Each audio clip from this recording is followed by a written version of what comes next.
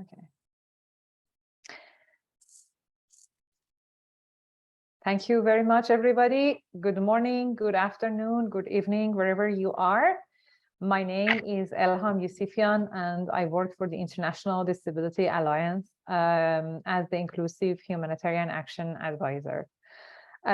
It's my honor to be here with you at the same time as the 16-day global campaign on eradicating violence against women and gender-based violence. We really hope that we can work together, all of us, to make sure that no woman, including women with disabilities, do not face violence anymore.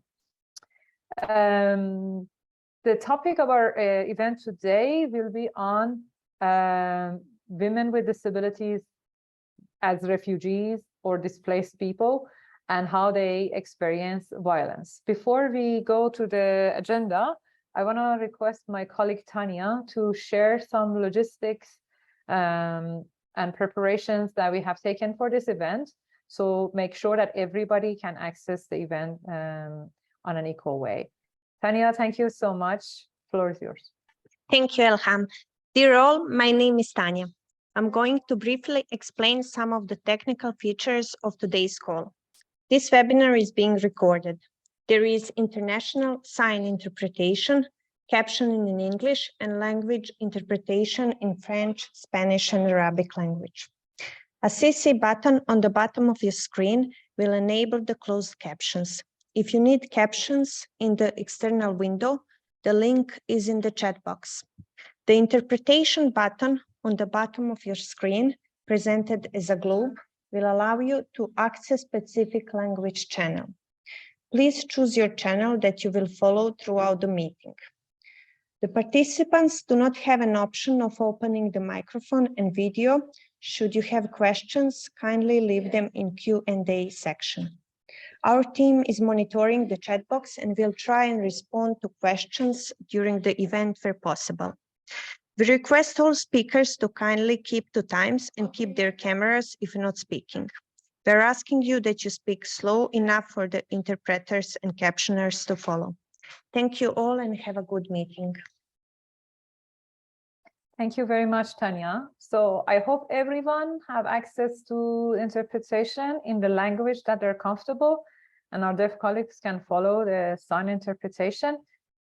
We really hope this event to be a very interactive one, so feel free to post your questions, your comments, your ideas in the chat. We will try our best to address them today. If not, this is not going to be the last event we're going to talk about this issue.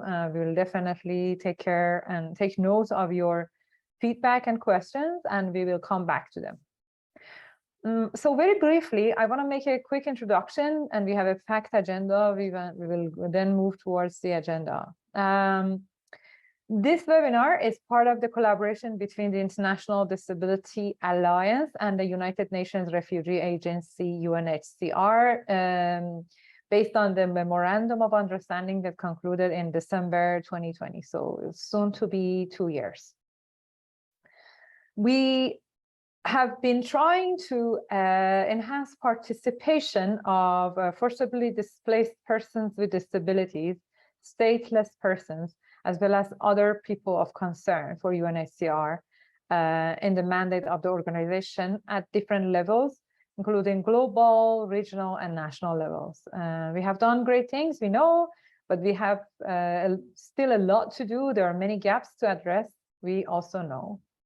So what we are trying to do today is to talk about gender-based violence and how women with disabilities and people with other gender identities experience gender-based violence when they are refugees, internally displaced, or stateless people. Living in the intersection of womanhood, disability, being a refugee or displaced person is creating a multi-layer experience of discrimination, unfortunately, violence and abuse that requires strong measures to prevent, to identify, and to address, and to remedy. So we are trying to look at some of the activities that has been done in this regard hear from people with disabilities and their organizations, hear from UNHCR colleagues at different levels about what they have done, and also discuss what we can do next. We know that this requires actually a couple of days workshop, so we try to squeeze as much as we can. Please feel free to share your questions and comments. So without further ado, I want to invite Emily Page, who is the Senior Gender-Based Violence Officer from UNHCR HQ in Geneva, headquarters. By HQ, I mean headquarters in Geneva. Emily has done great work to help organize this event, and she's going to tell us about what the United Nations Refugee Agency is doing to address gender-based violence against women with disabilities and persons with disabilities of concern to UNHCR mandate. Emily, please take the floor and feel free to add or edit anything that I maybe didn't put well in presenting you. Over to you. No, that was perfect. Thank you so much, Ilham. And thank you everyone for joining. It's really a great pleasure to be with you today. So because we have quite a few speakers who will be joining and who will talk more in details about specific interventions they are leading in the field. I'm going to just talk very briefly and more generally about what are our priorities in UNHCR. But I just wanted first to put on the screen the GBV definition. So this is the definition we have from the IASC GBV guidelines. So basically we are talking about any harmful act that is perpetrated against a person's will and that is based on socially ascribed differences between males and females.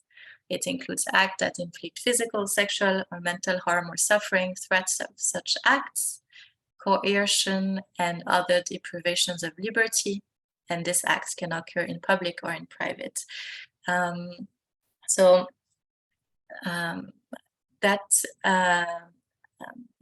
Mostly, women and girls are disproportionately affected by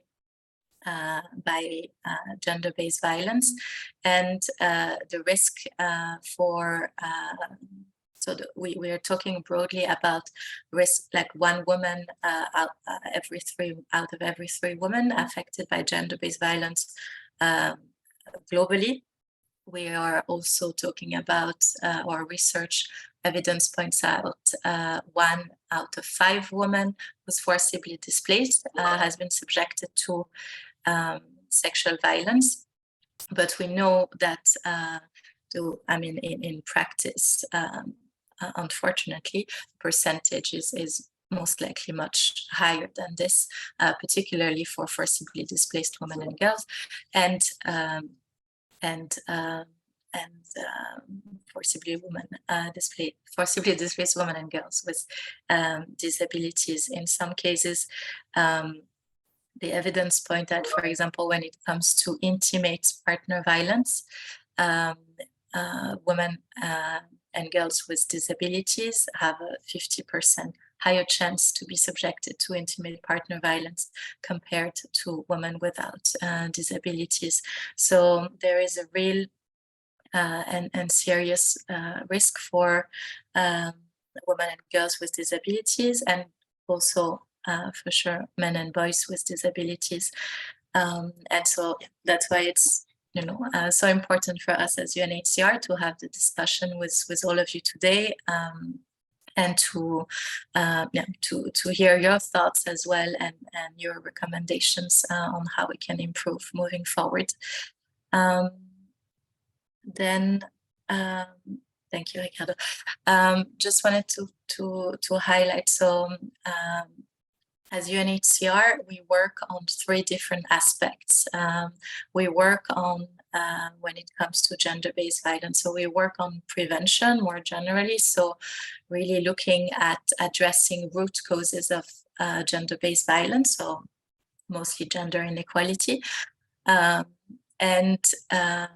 And here we are focusing mostly on primary prevention, so trying to transform gender norms, and that's I'll come back to it in a second.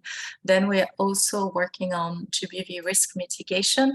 So that is really more ensuring that across all sectors within the humanitarian response, services are safe and do not create more harm or create risks of gender-based violence. And so that is something that we are working with really all sectors. Then we're also very much involved in GBV response, basically looking at ensuring there is quality response services for survivors. So that means health services like clinical management of rape, for example, or emergency care for intimate partner violence survivors, but that also means psychosocial support, and we mostly work also through the case management approach.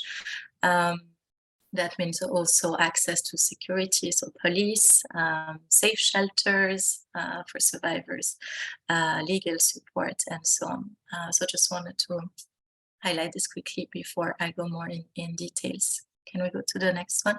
And okay, sorry, I'm receiving messages from other speakers. They're having trouble to log in, so I hope everyone is now on the call. So in terms of the priorities within UNHCR, so we had our first comprehensive UNHCR GBV policy that was released in 2020. It really underlines also the importance of having an intersectional approach for us to so always looking at multiple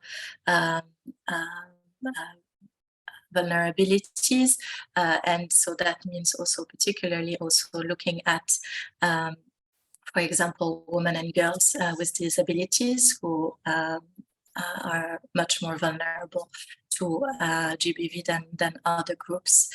And then we are also one of our key elements of our GBV program is what we call the roving emergency deployment scheme. That is a scheme where we can deploy high or more senior GBV staff to emergencies whenever a new emergency hits.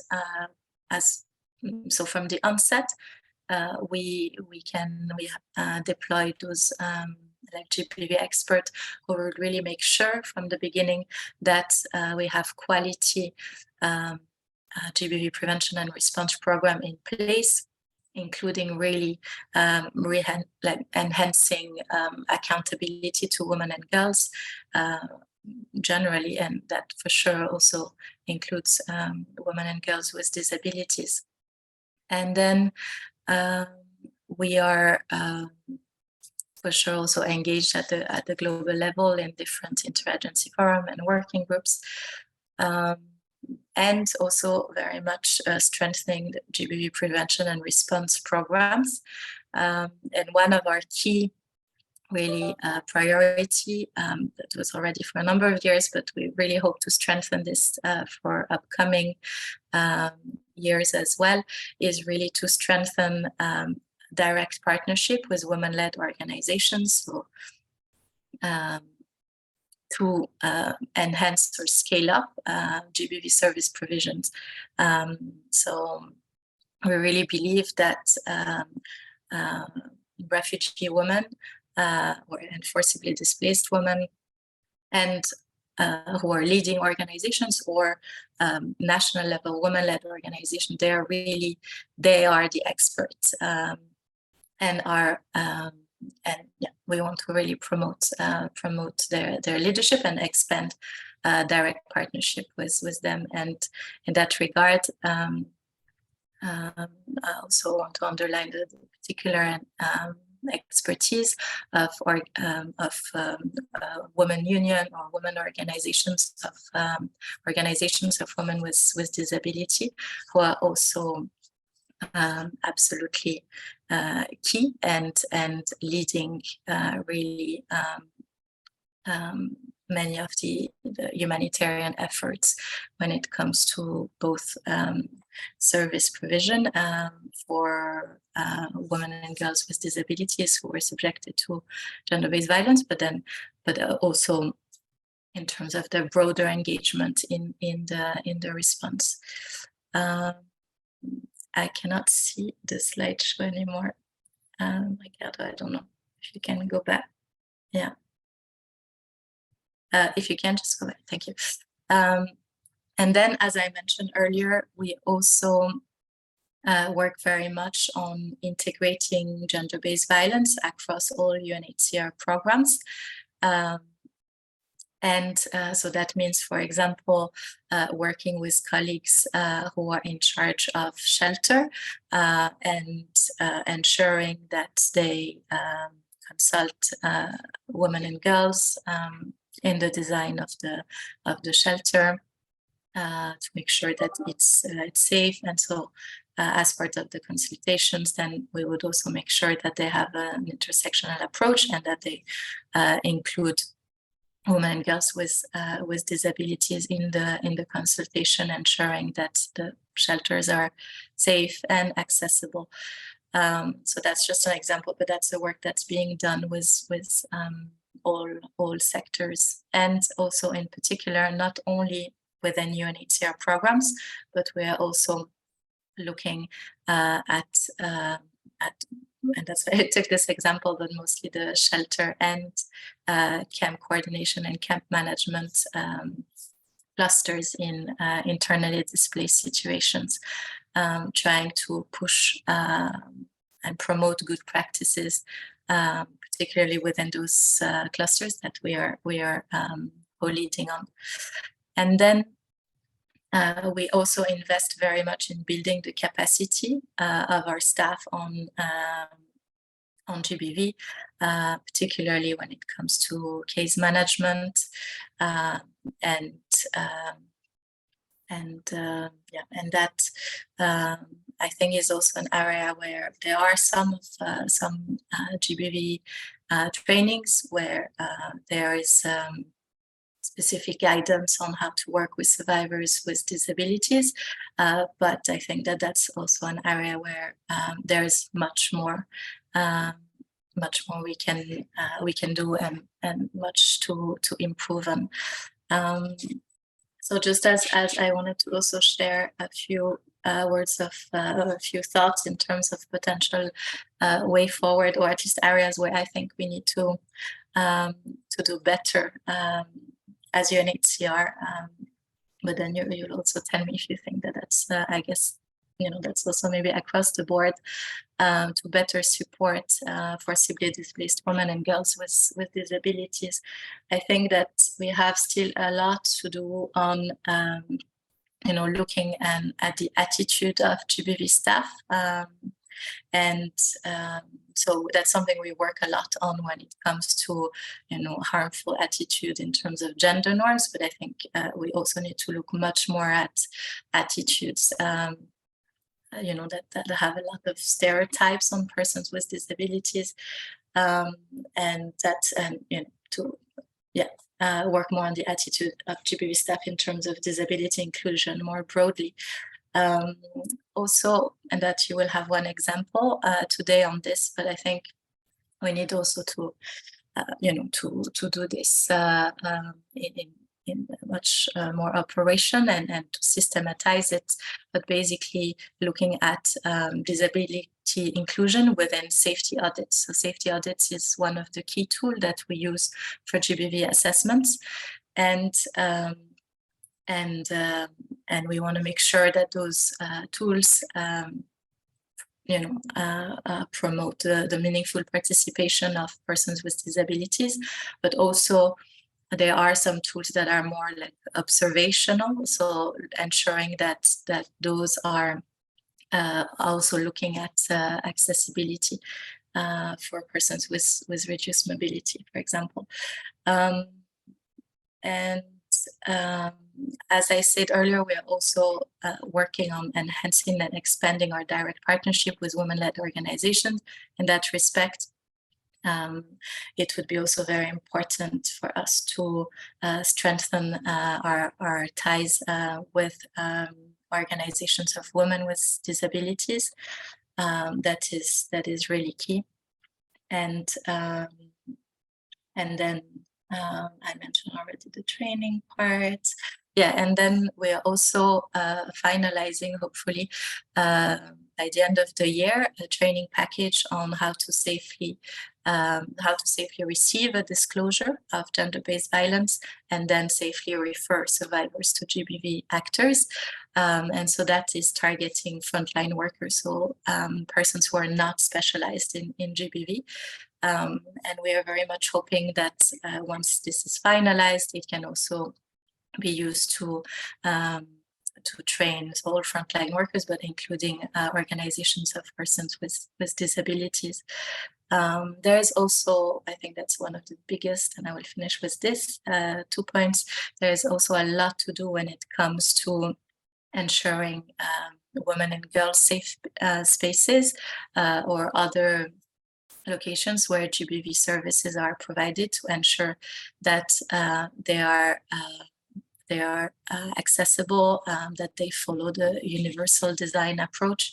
I think this is really an area where all GBV actors, but ourselves also, have to do much better.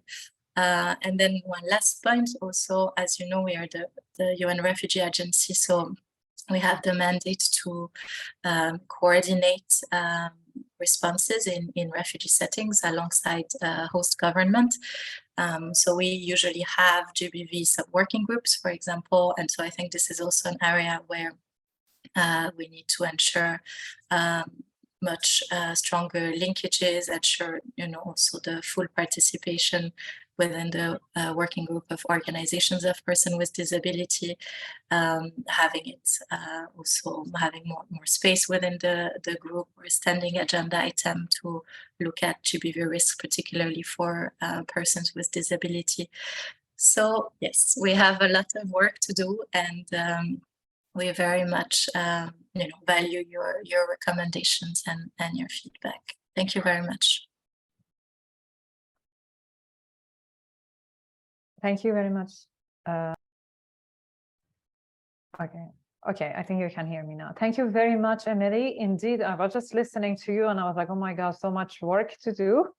It was great to hear all these great steps and opportunities for engagement from your side. I'm sure in our audience, we have many organizations of women with disabilities, or many women with disabilities who are working in general organizations of persons with disabilities, who can definitely take note of what you just mentioned about areas of collaboration, and come to you and your regional national offices for further collaboration. I just listening to you, one more thing, in my opinion, one thing that we really need to remember doing anything about gender-based violence and persons with disabilities is the fact that sometimes, actually more than sometimes, in many occasions, there is an overlap between the support person and the source of the violence.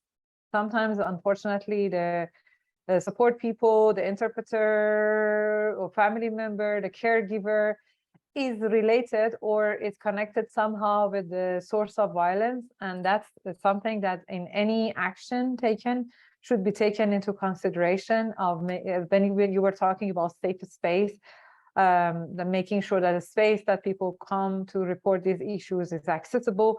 I was just thinking about how it is important to make sure that people have access to safe and confidential support people other than the usual caregiver or support person, to make sure that these cases can be truly monitored, reported, and addressed. We can definitely talk about that more. I don't see Conix from the Riyadis on board. Do we have Do we have Gabriela Martinez? I don't see them on the panelist link. If you are in the audience, please raise your hand and my colleague will upgrade Sí, you to aquí the estoy, panel. estoy aquí. Sorry? Estoy aquí. This is Gabriela. Gabriela? I'm here. Yes, Elham, this is Ricardo speaking. Gabriela is now with us. If anyone would like to hear interpretation from Spanish, Gabriela will be speaking in Spanish, so please activate Aquí the estoy. interpretation button. I'm Hola, here. Gabriela. Adelante. Hello, Gabriela. Gabriela Martinez is the board member of the Latin American Organization of Persons with Disabilities and their families. She is accompanied by Polimo Triggers, who is a woman with disability and a self-advocate with disability from Mexico. Gabriela, thank you so much for joining us. Gabriela will tell us about the perspective of women with disabilities, especially from the Latin American region. Gabriela, go ahead, please. Floor is yours. Gracias. Thank you very much. I would like to thank first to IDA and also to UNHCR for our participation. And I say our participation because to be able to be here and to speak about this topic, I'm going to be with Paloma Traeger, but she's having some connection problems. I'm right now in Colombia, Bogota, and Fernanda Castro, she's a woman with intellectual discapacity. And I'm going to speak from her perspective, from her condition. I was thinking about this invitation, and I was thinking about this fragment from Dexler. It says like this: we don't have any belongings, we don't have any suitcases, we are moving constantly, we are just passing through this world, we are immigrants, we are fathers and grandchildren. I'm not from here, we are from everywhere. We're not from nowhere, we are from nowhere. It's very natural for us to move. And this is what defines our region, American region, in their totality. And before the conquer. In this sense, we would like to really share this knowledge in order to extend the meaning of no violence on the International Day of elimination of all discrimination against women. We have to have the will and against all bad practices and the ideological and political practices that somehow makes difficult our society. It's a problem which is in a relationship with different problems, and it gives response to different attitudes. We want to improve their life, the life of persons with disabilities. Between 2013 and 2018, according to one report conducted in Mexico. In Mexico, we had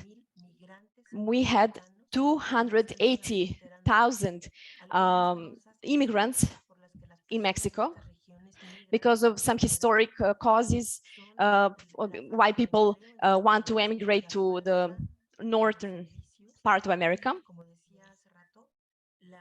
As I was saying, in the hope to have some better quality of life. I have to say that these causes somehow are because of political, economic crisis and social issues because of lack of work when we're speaking about persons with disabilities and also women with disabilities. And for women, this is even worse. Right now, we have this violence towards women with disabilities. And we also have a lot of criminal gangs, and this also has worsened this gender-based violence, criminal gangs, and also natural disasters. We have more factors. For example, their preference, if they want to be accompanied or if they want to travel alone. That can also contribute to the high level of violence. This violence, generalized violence, leads to more problems, and it has to do with marginalization, to poverty, and we can just say that women and girls with disabilities who live in these settings have more likelihood to suffer from gender-based violence. We also have this, apart from this gender-based violence, we have discapacity, which worsens the situation even more. We have human rights violations also. There aren't any reports on a national level that can speak about that problem. And we are facing invisibility of their conditions. I would like to emphasize one when it comes to invisibility. The women with intellectual discapacity, they have suffered a lot. And they had less opportunities to study, to work, to have some support in order to make decisions for themselves.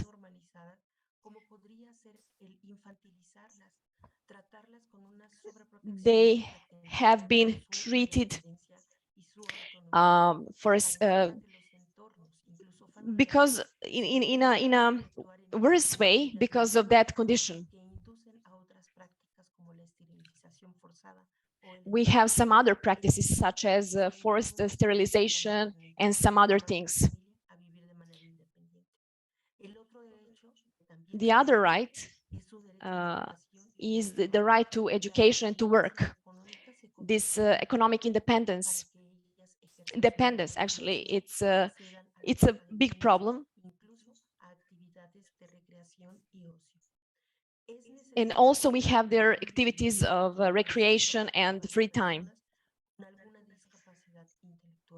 We have the intellectual disability, and that's why they're very vulnerable. It's difficult for them to have access to justice. I would like to share something, say something. The institutions which detect risk factors. Yes, we have still a lot of work to do, and we have to include a lot of all of our governments that need to take into consideration all of the international forum spaces to speak about that. In order to conclude, we need to know that the condition of discapacity is not a problem, but the social consciousness of that, the structural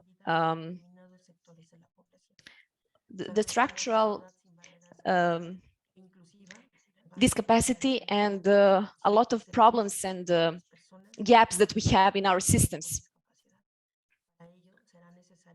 And we would need to have a free society. I would like to give my word to the participation of Fernanda Castro. If the moderator is okay with that, I would like to wait to see if that's possible. Of course, for Fernanda, that's always yes. But if Fernanda, you can keep your intervention quick because we have a line of panelists who want to speak, but definitely we can hear from Fernanda. Thank you. Sí, claro. Buenas tardes a todas, a todos. Yes, that's right. Good morning to everyone. My name is Fernanda Castro. I represent women with intellectual discapacity, and I fight for their rights because of mine also, for mine also. And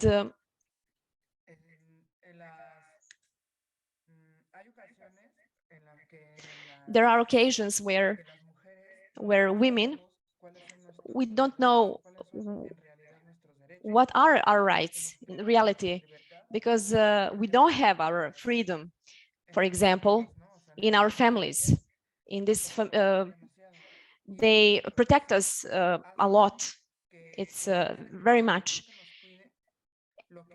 And what they do is that they extend us from our liberty, our freedom. We can't make our own decisions. We don't know that there exist. We can't decide if we want to study or what we want to study. And also, because of that, we are somehow trapped. They don't allow us access to any information when it comes to our education, when it comes to school, when it comes to the importance to work, to be independent, to for example,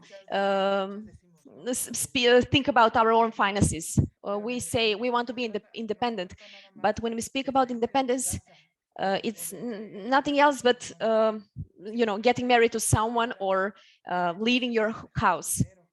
You need to know how to manage your finances, your money, to decide, not only to decide that you're going to get married, because when we speak about that,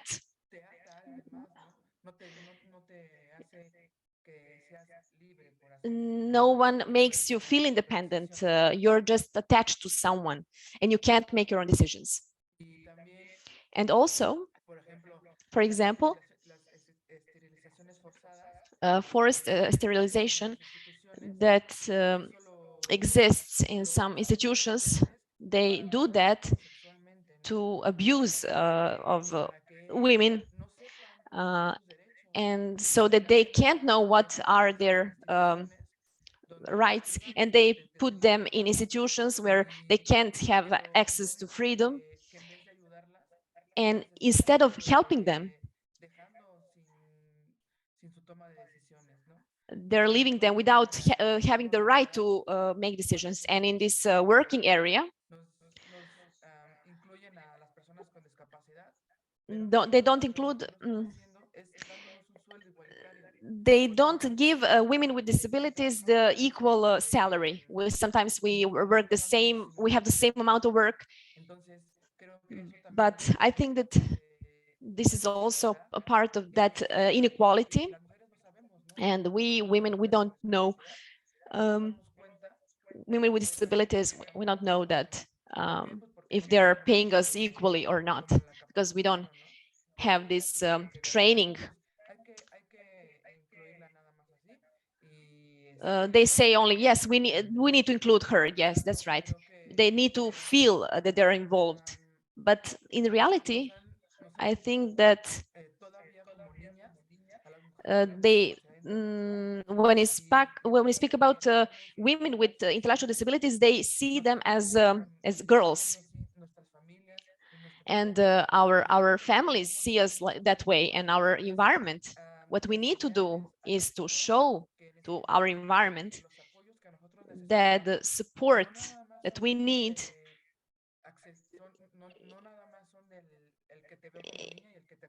it's not only that I need to see you as a girl.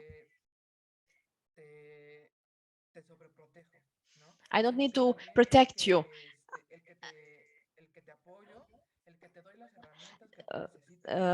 Women with intellectual disability need support in order to have to become independent when you turn 18. Thank you very much. Thank you very much, Gabriela. Desde la Riadis. Thank you very much from Riadis. Thank you very much, Gabriela. Thank you very much, Fernanda. That's so powerful to hear directly from women with intellectual disabilities, because women with disabilities are usually marginalized when they are refugees or stateless, more marginalized. And some groups, including women with intellectual disabilities, are at the highest risk. So thank you so much for sharing this very valuable perspectives with us. And also thank you very much for highlighting the importance of independence and decision-making power, which is the key to addressing violence. No one can commit violence against an independent woman, or if they can, or they do, they know that they're gonna feel and face the consequences. So that was very important. Thank you so much for that. We do have a lot of panelists lined up, so I want to request that everybody from now on, please, colleagues, make sure to don't speak longer than 10 minutes maximum. If shorter, even better. Now we're going to look at some practical examples from the ground. We go from Latin America to Africa. We go to Uganda. I want to see if Betty Achana is online. Betty is from the National Union of Women with Disabilities, Uganda. Do we have Betty? I don't see Betty in the panelists, but I was wondering if she's in the audience. Betty, if you're in the audience, please raise your hand. Ilham, sorry, this is Emily. I don't see her in the list, so I think I'll send her an email again to make sure she got the link, or I'll share my link. No problem. So we're going to go to the neighboring country. We're going to go to Kenya, and we're going to invite Pauline Nakata, who is from the highest Kenya, who's going to tell us about what they are doing there to protect women with disabilities and to address gender-based violence against women and persons with disabilities in Kenya. Pauline, thank you so much for joining us. You have the floor. Thank you so much for this opportunity to share our experiences, to share our work. We are really grateful. I'll go straight to my presentation because of time. So HIAS is an international NGO that protects refugees in 16 countries across 5 continents. The Kenya program began in 2002. So we stand for a world in which refugees find welcome, safety, and opportunity. We provide vital services to refugees and asylum seekers around the world and advocate for their fundamental rights so that they can rebuild their lives. So for us, we took up a study titled Triple Jeopardy, just to be able to look into some of the gaps that have been realized over the years, where we noticed that, there are older persons with disabilities and sexual minorities who are often overlooked when it comes to GBV programming. So this study was done in Chad, Kenya, South Africa, and Uganda. So it aimed at highlighting the unique vulnerabilities and needs of these groups that I have mentioned. And what came out very strongly is that these refugees are effectively placed in triple jeopardy as survivors of sexual and gender-based violence, as refugees and asylum seekers living in foreign land, and as members of groups that face stigmatization, stereotyping, and marginalization. So this report has gone a long way to improve the services that are offered by service providers and also to improve our work internally as hires.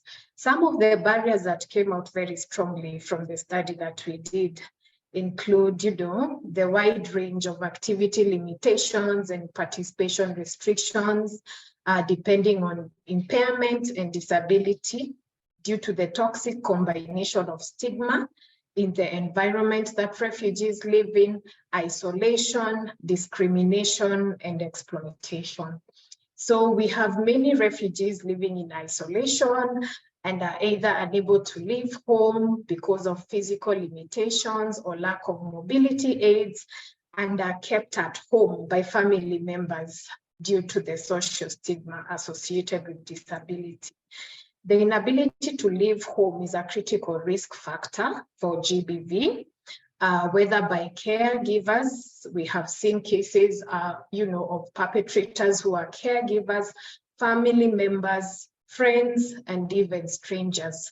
The dependency aspect or others for housing, food, and even legal status further heightens the risk of GBV among refugees with disabilities. So refugees with mental disabilities are acutely vulnerable to GBV and often do not receive the protection that they require, and are particularly at risk due to the multiple layers of stigma and the differentiation that we tend to see that happens to them. So another strong aspect that we see as a barrier is, limited economic opportunities. They play a critical role in exposing refugees with disabilities to gender-based violence. They may be seen as undeserving of the few job opportunities available in the country of asylum, and they also face multiple discrimination when given an opportunity in the workplace. So when refugees with disabilities are unable to support themselves, whether due to the discrimination or inability to work, they're left at home, which also increases their vulnerability to gender-based violence.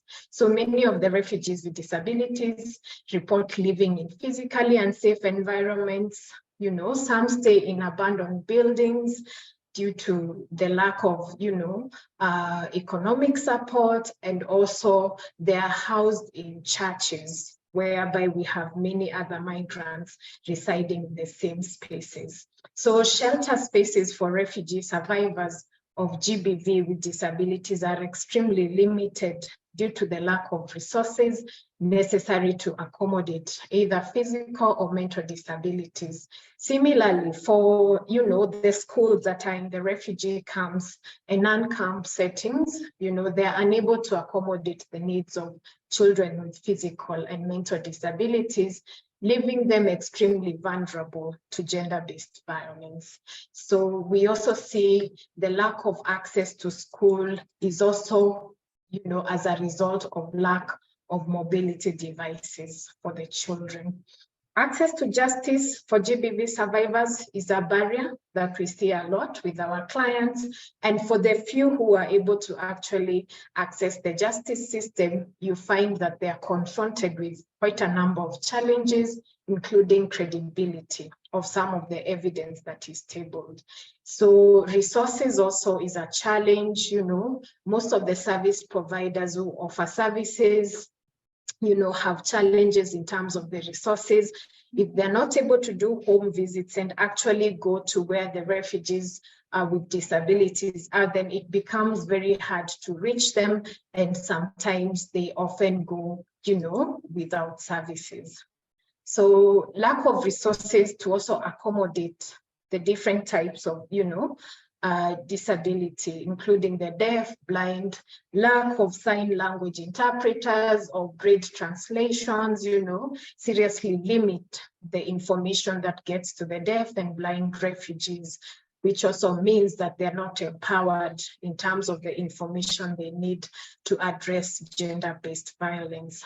So also traveling to service provider offices can be daunting for refugees with disabilities in large urban setups, where in most cases they'll require a caregiver for those who do not have caregivers, then it becomes very hard for them to reach out for services. Then also when it comes to, the people offering the services to the refugees, some of them are not sensitized on some of the things to look out for and some of the things to do when offering services to refugees with disabilities. Then there's also the limited access to reproductive health care, particularly for refugees with mental disabilities. We see this a lot in Kenya, and it has also been mentioned earlier in one of the presentations. So some of the interventions that we have undertaken based on the, studies that we have performed and some of the feedback that we have received from our refugees include, just providing scattered housing and living stipends to the most vulnerable, and we are able to give support to GBV survivors. We also work with refugee incentive workers and volunteers, which is a model that enables us to get deep into the community. And we also use, work with the refugees themselves to highlight some of the protection concerns that are ongoing in their communities. So HIAS, in partnership with Humanity Inclusion, also conducts trainings for refugee leaders on the rights of persons with specific needs. And the aim of the training is to strengthen disability mainstreaming and inclusion of refugees with disability. So another intervention we've also done is to train refugee-led organizations. We have groups of refugee-led organizations, smaller grassroots organizations that have wider reach at the community level. So we train them on disability inclusion and mainstreaming and awareness creation. And as a result, we have seen increased referrals and highlighting of some of the cases that have been supported with assistive devices and rehabilitation services. So we've also done, we've collaborated with Humanity and Inclusion to conduct training and mentorship sessions for caregivers within the refugee community, which has also gone a long way to just improve the services that are being offered at the community level. And, we've also addressed the stigma that is attached to children with disabilities, what they usually face. And, participants from the training were able to demonstrate increased knowledge and skills in this area. So in Kenya, we have the National Hospital Insurance Fund, which is like a medical fund which supports medical insurance. And we have been able to pay the monthly premiums for 100 refugees with disabilities, and this has enabled them to access consultation and medication, which would otherwise be a hurdle. Then we've also supported to provide assistive devices to 30 individuals. Then capacity building has also been done for 60 higher staff on identification of persons with disability and mainstreaming. Then we've also been working to ensure functional capacities for persons with disabilities are improved through enhanced access to rehabilitation and specialized services in urban settings. This includes conducting barrier and facilitator assessments, targeting facilities and schools that enroll refugees within the area, conducting mapping of health facilities that support with rehabilitation services so that when it comes to referrals, then there is ease of that. Then identification of needs assessments for persons with disabilities, rehabilitation and provision of assistive technology for 881 persons with disability, including referrals to specialized corrective surgery. Then there is the capacity building for staff, capacity building for caregivers, training for host community health workers on early identification of disabilities, community awareness to address stigma and discrimination, and formation and support of community structures that I touched on earlier. Finally, we've also realized that disaggregating data is very important according to disability, gender, and age, because now this informs programming and is able to guide us in terms of the areas to focus on. Then linking persons with disability with partner organizations within our region has also helped a lot in terms of ensuring there's comprehensive case management and service provision, more so when it comes to psychosocial support and livelihood opportunities. So HIAS also has committee members that are representatives from, the communities of refugees with disabilities. They come in, they are trained, and they're able to disseminate the information to other refugees at the community level. They're able to understand their rights and to also claim their rights. So finally, we also did a training of 10 persons with visual impairments on how to read Braille.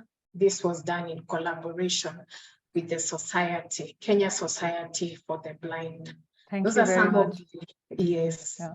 Thank you.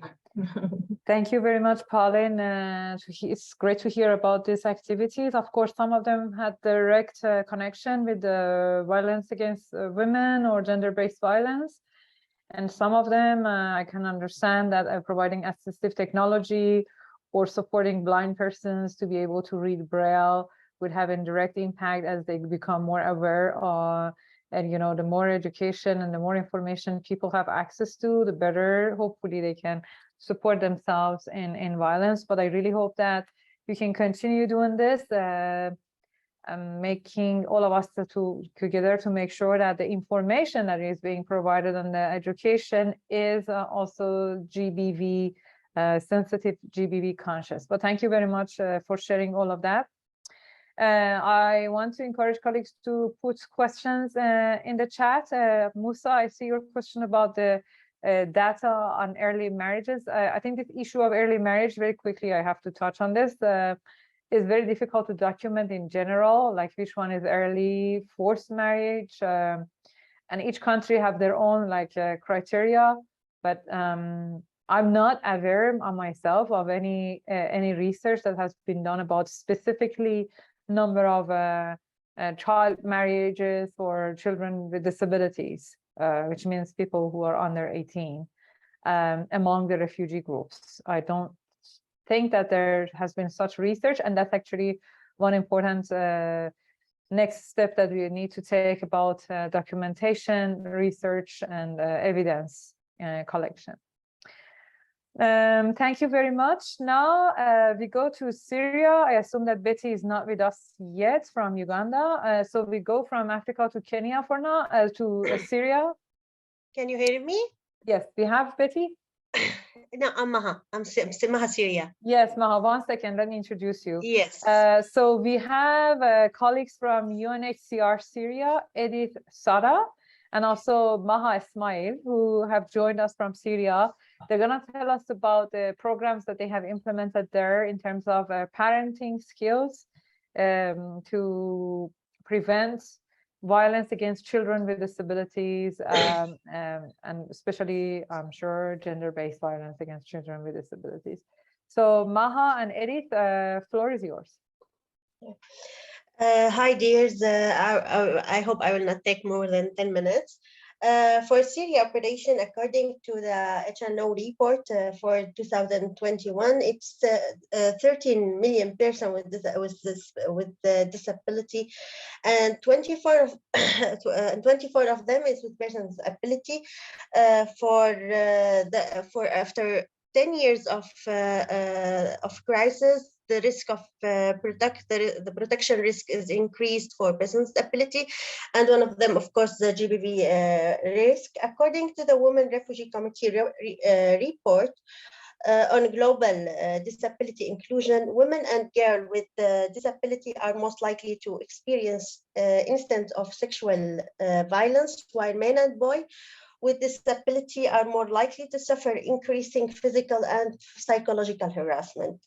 Additional research is of course, is requested to determine the exact sex and age-associated risk person with disability face inside Syria. For 2021, around 17 of people in need of GBV survivor were persons with disability. UNHCR ensured best interest procedure for 526 children with disability during the first half of 2021. For the program of children for home-based rehabilitation for children with disability, this program is started in 2016. It started after raised a lot of needs for dealing and working and needs of children with disability, especially the children with development delay and disorder. This program started in 2016 to answer their needs, starting with a small program with small applications with the parents, and extended in 2021 to cover all the kind of disability and all the ages. When they start to working with all the ages and all the kind of disability, many protection risk raised through their working, especially the gender-based violence. As you may see that in capacity building, they work with many kind of project. I will not explain of all of them. I will just count them, and I will explain. I will extend my explanation on the program related to GBV. The capacity building, we're targeting the focal point who is working in 100 community centers through spread in all Syria. This focal point working with the parents to train the parents how they are rehabilitate, put a plan, design all the response for their children or for persons with disability who is they are caring of. They're working on Portage PICS, the picture exchange communication program for autistic children, caregiver for parenting skills based on the MH gap, applying advanced behavior analysis program, basic intervention for persons with ability, inclusion program for persons with ability, and sexual education for persons with ability, in addition to psychometer intervention. Challenge and risk identified. There were very limited experience in with the focal point of GBV and working. The focal point is working with persons' ability in related to response and prevention to GBV risk. There's many parents who is asking for support, or caregivers, family asking for support, have many challenges, but always the answer was manuals, nothing on the ground, nothing is a real step to support them. And even for psychological support, it was just the side of psychological, but there is nothing on the ground to tell them how they should deal with them, how should they protect them, and how they can minimize the risk, the protection risk of their children, especially for children with development delay and disorder, and for all the persons' ability, you know, they are under risk of harassing or abusing. So all the people, the parents or caregiver was raising these concerns, but no one on the ground have this ability. That's why on this program, we have the responding on two ways. The first one was by awareness sessions about the rights of persons' ability, the GBV risk of persons' ability, and working with how the main principle of working with persons' ability. The second response why by developing this material of training for guiding by AMAL, Syrian Association for Persons with Disability, sexual education for persons with ability. This training was given to the caregiver and family. First, it's given to the focal point in the community center who is specialized, and then he give the training for the family and caregiver so they can handle and lead and design the plan of rehabilitation rehabilitation and protect their personal disability. There were many successful stories through their applying on this program. The program was answering for many questions raised by the family. The concept of sexual education, when does sexual education begin? What is the difference between sexual education for the person's ability and person without disability? How we can protect our children, why sexual education is important for person's ability, what are the challenges faced by children with disability in their sexual development, for example, one of them, how to protect children with disability from sexual abuse and excluding, how can I deliver the concept of sexual education to children with disability and for all persons with disability, not just for children, to teach them how they can concept the privacy and other genital concept, how they can know the normal and abnormal behavior, what the meaning of friend or not friend, family and not family, all these concepts by this training. After the focal point get this training, the family start to put their plan, even to prevent, for example, or as a response for after their child or the person's ability have harassing, what they should do step by step. They put the plan of rehabilitation and they with the following up of the experts, and there was a really great results after applying this program. Of course, the approach was applying behavior analysis through all these concepts. That's from our side. Any question? Thank you very much, Maha. It was great to hear these great activities in Syria. Again, we hope that it can get more and more aligned with gender-based violence addressing and what we were just hearing. So from the Middle East, we're gonna go to Europe and hear from colleagues in Ukraine, and of course the regional response. We have Elizabeth Guion. I hope I'm pronouncing your name correctly, and the Organization of Persons with Disabilities from I assume it's from Poland. I'm so sorry if I'm providing any inaccurate information. So we heard from Emily in the beginning about the importance of safety audits. And colleagues from the regional office are going to tell us about safety audits that they have conducted in Ukraine to realize the safety level for persons with disabilities and women with disabilities affected by the war there. So floor is yours. Please go ahead. Hi, thanks, Elham. I can't turn my video on. I wonder if that's Tanya, can you help with that? design? Otherwise, it's okay. I can continue without. I just wanted to check. So because Jakob and I will split the time, so we have 5 minutes each. Is that right? Yes, you can go in like 6 or 7 minutes if you need more, but I really hope that we can give a couple of minutes in case there is any questions. So. Great, we'll try to go through the slides. So as Emily had already mentioned, we're working on safety audits, not in Ukraine, in fact, but in Hungary and Poland, relating to those who are currently seeking protection. So the aims, generally speaking, of an audit process are to engage a wide group of actors and then to identify risks that are usually quite specific to either, a selected number of sites or kind of a selected theme.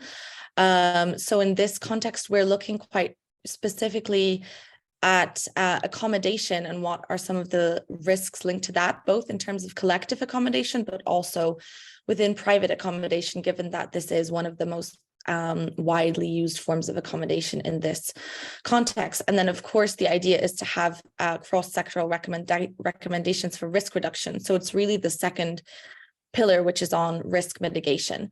But this process is more so or you know, sort of baked in is about testing the feasibility of the safety audit tools that UNHCR has developed at a global level, and to test them in context of the Ukraine emergency, so as to be able to produce a relevant and adapted toolkit that can then be mainstreamed further. And within this, the aim is to integrate a disability perspective in various aspects. Slide, please. So this was shaped by a desk review, which I undertook in the summer, and this enabled us to then think about integrating a number of different perspectives, including one being a disability. Slide, please. We have a broad number of organizations, national organizations, grassroots organizations who are working with us in this process, both in Poland and Hungary, and one of them is joining us today. They're an organization working with and for persons with disabilities.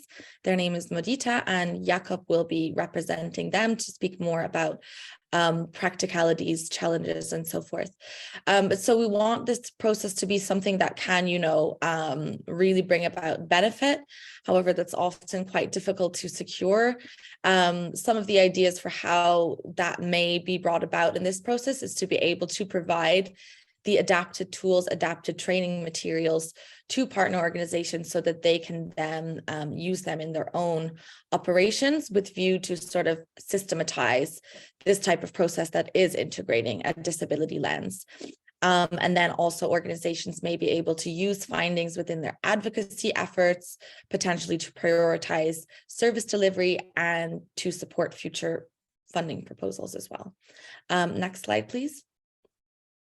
So I'll just speak a little bit about ethical and safety considerations generally before I then later come back to how these may look a bit different for in integrating a disability lens. I'm sure for anyone who works in and around GBV, these are already very familiar and coming from, you know, sort of international standards, but things like ensuring the do no harm, beneficence, respect for confidentiality and privacy, training of data collection teams, ensuring that safe services are available and accessible, return of information, and then capacity for follow-up. And as I mentioned, there will be disability-specific considerations that are associated with each.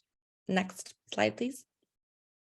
Here is a little list of the types of standards at an international level that are relevant for yourselves to be able to consult after the webinar. Next slide, please.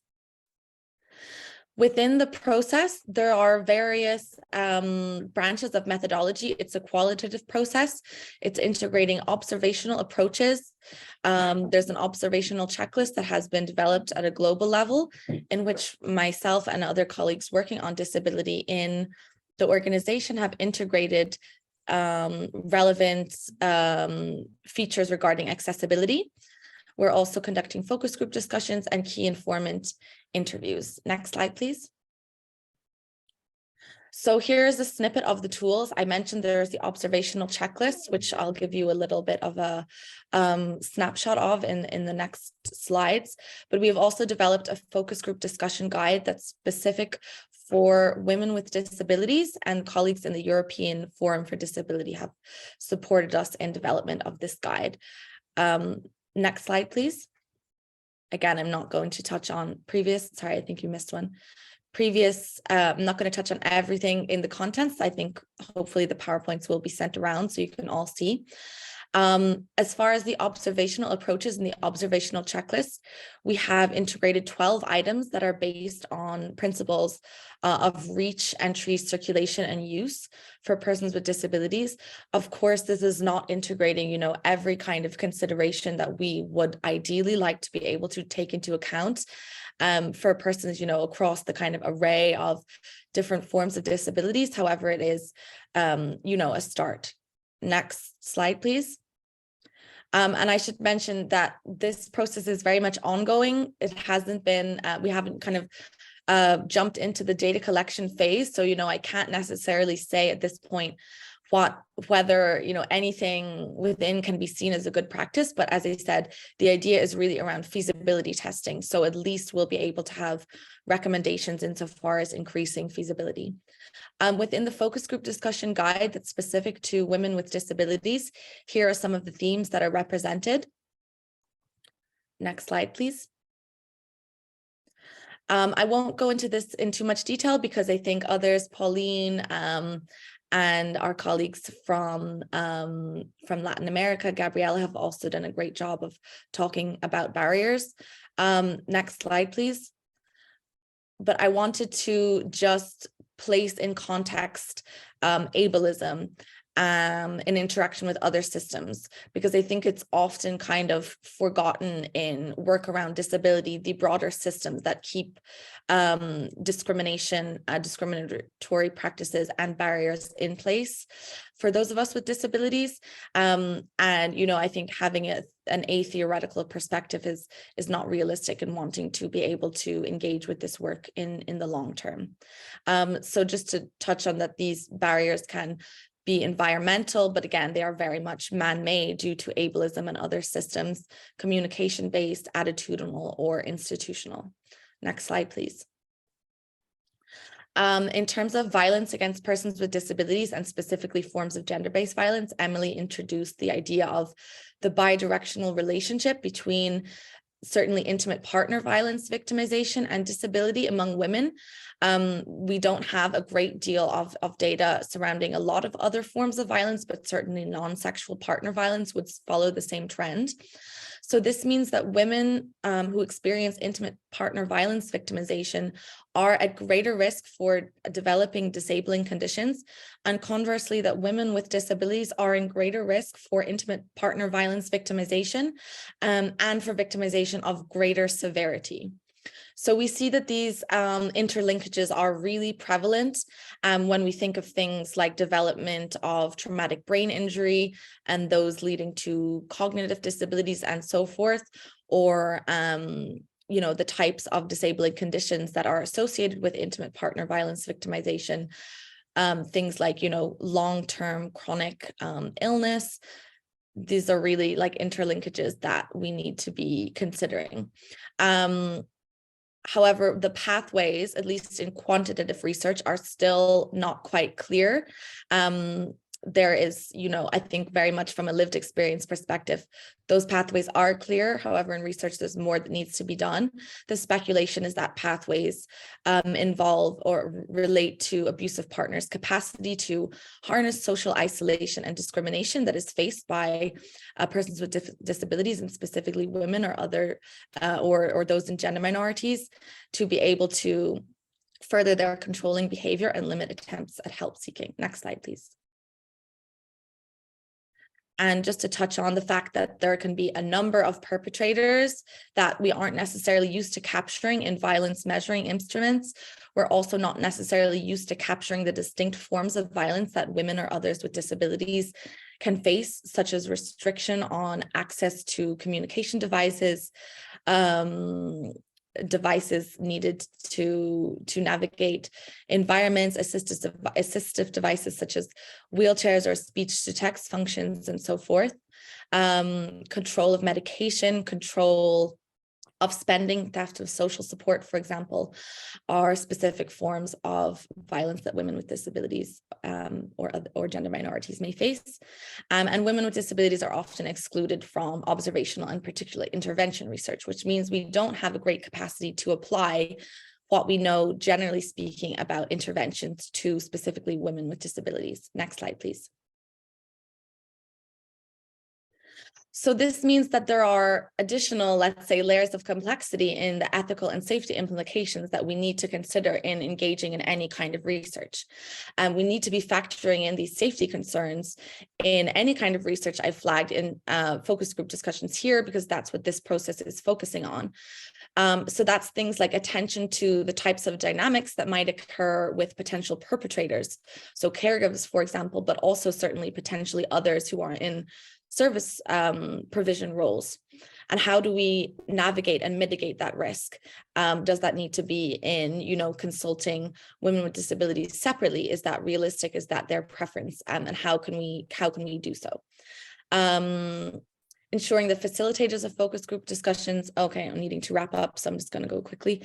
Have the proper training and also can represent lived experience perspectives. Again, ensuring that lived experience is represented and is properly supported. So shifting from involvement to more of a peer-led controlled process beyond nothing about us without us. And I'll just mention the importance of having adapted processes and ensuring compensation for anyone who is in a peer role and themselves has a disability, because if not, we are perpetuating the cycle of economic inclusion. And again, I'm not saying that in this process we've necessarily succeeded in doing so in the way that I would ideally like it to be done, but it's certainly something that I'll be recommending in moving forward in these types of processes, integrating disability in UNHCR in future. Next slide, I'll just Excuse me, you will have, I know, I'm aware of your time pressure. The interpreters are willing to go on a little longer. Okay, sure. In order to stay interpretable, you need to slow down a little bit. Thank you. Okay, thank you for that reminder. I'll pass the floor to my colleague Jakob in Modita, and he'll speak a bit more about challenges for organizations for persons with disabilities at the grassroots level.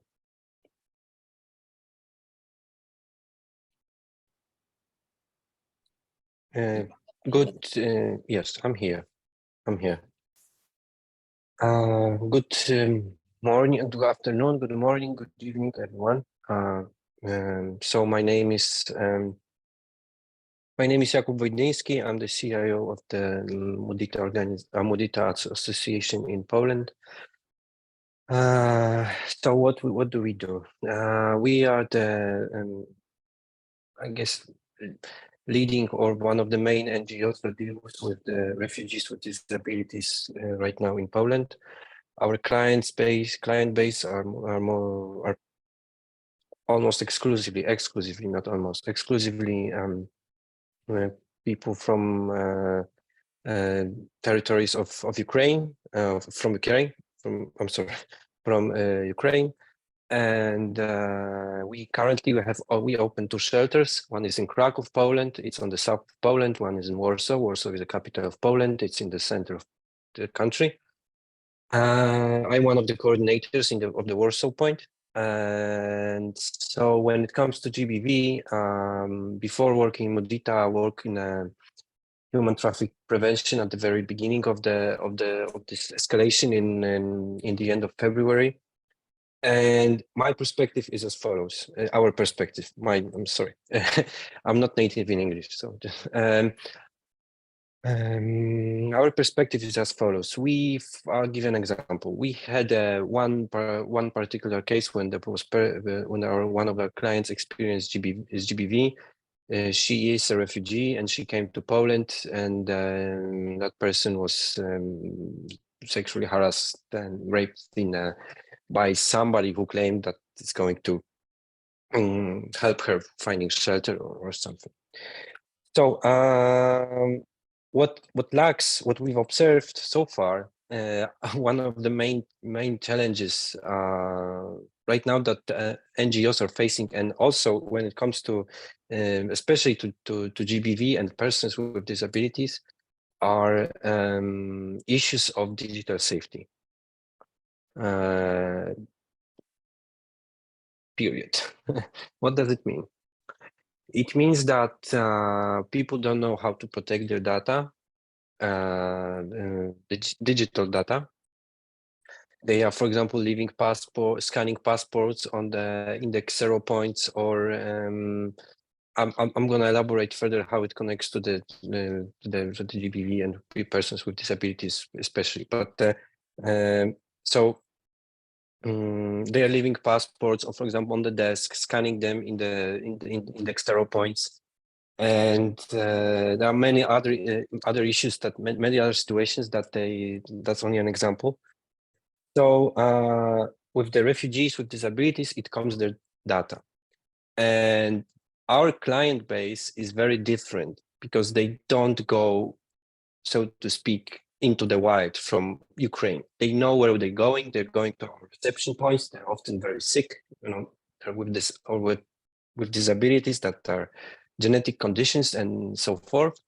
So so they often bring lots of their documentation, and that documentation needs to be preserved. They don't know about, for example, GDPR, because they're not familiar with it. They trust random numbers on Telegram, on WhatsApp, and so on. And also the environment that is in the cybersecurity awareness, it's basically non-existence. There are some UN institutions that are sending that sent me information in an unencrypted way that should be encrypted regarding, for example, GBV prevention. It doesn't matter right now which one, but was in the last couple of months, and so that's an issue. That is the biggest issue that we observe at the moment. That's also my field of work. So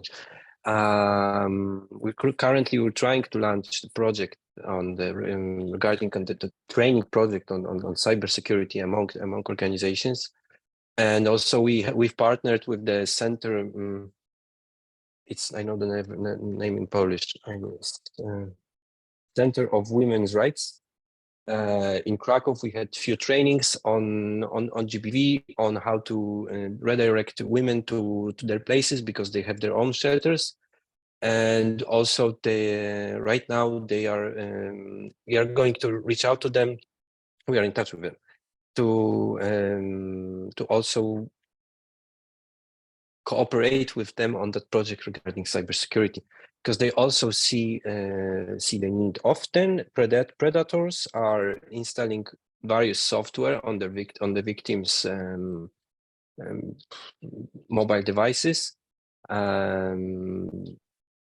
Often those victims aren't aware of it.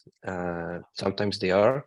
So it is also important for people to explain to them why. I mean, it's very basic. In our organization, even we started. I'll give you an example how it works. So in our practical level inside the organization. So in our organization, we introduce certain policies regarding cybersecurity, child safety protection, regarding GBV. Inside of our work, I mean, sexual harassment inside our workplace, and of course with our client base. So my 6 minutes are almost over. I turned on the clock. So I'm just gonna finish the moment I've introduced policy that required strong passwords and password managers and multi-factor authentication, two-factor authentication. The next day, we started to receiving phishing emails that ask for data. Next days. Yeah. And that's the way. So that's, I'm an IT guy. I used to be, but it's what we observed here, and that's for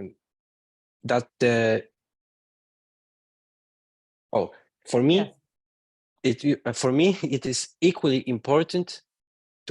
almost equally important to have accessibility features to the building, like the cybersecurity prevention. Absolutely. For example. So it's very important to have a wheelchair, but it's also very important to have system that protects the digital safety of somebody who's actually sitting in this wheelchair. Yes, of course. And that is my conclusion for the last 9 months working in this field. Actually, it's 9 months and 4 days today. Yes. But yeah. So hopefully, I already talked to Elizabeth. If somebody would like to contact us, we are welcome to cooperation, international as well. Yeah. It's more than, and that's all. Yeah. Thank you very much, Elizabeth and Jakub. We have a hard stop. Our interpreters and also colleagues have other meetings.